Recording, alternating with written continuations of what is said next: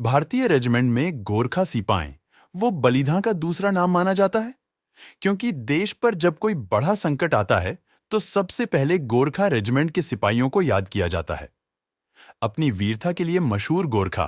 कि ये सिपाही देश के लिए मर मिटने से पहले एक पल भी नहीं सोचते।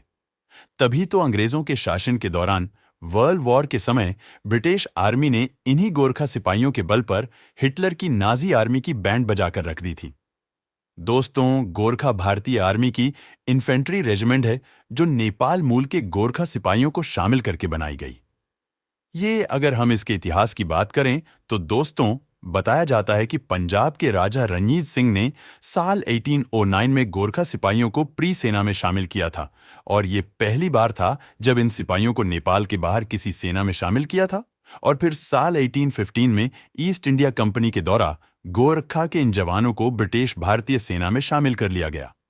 असल में ब्रिटिश सरकार अपने व्यापार को तिब्बत तक फैलाना चाहती थी और उनकी इसी कोशिश के दौरान साल 1814 में नेपाल और ब्रिटिश ईस्ट इंडिया कंपनी के बीच की युद्ध जड़ गया।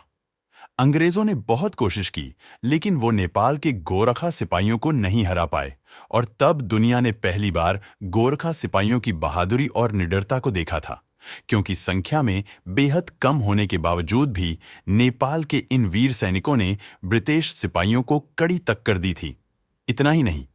ब्रिटिश आर्मी युद्ध में गोरखा सिपाहियों की ताकत और वीरता से इतनी प्रभावित हुई कि उन्होंने उसी समय इन वीर जवानों को ब्रिटिश भारतीय सेना में शामिल कर लिया और तब से लेकर अब तक गोरखा सिपाही भारतीय सैन्य की जान है।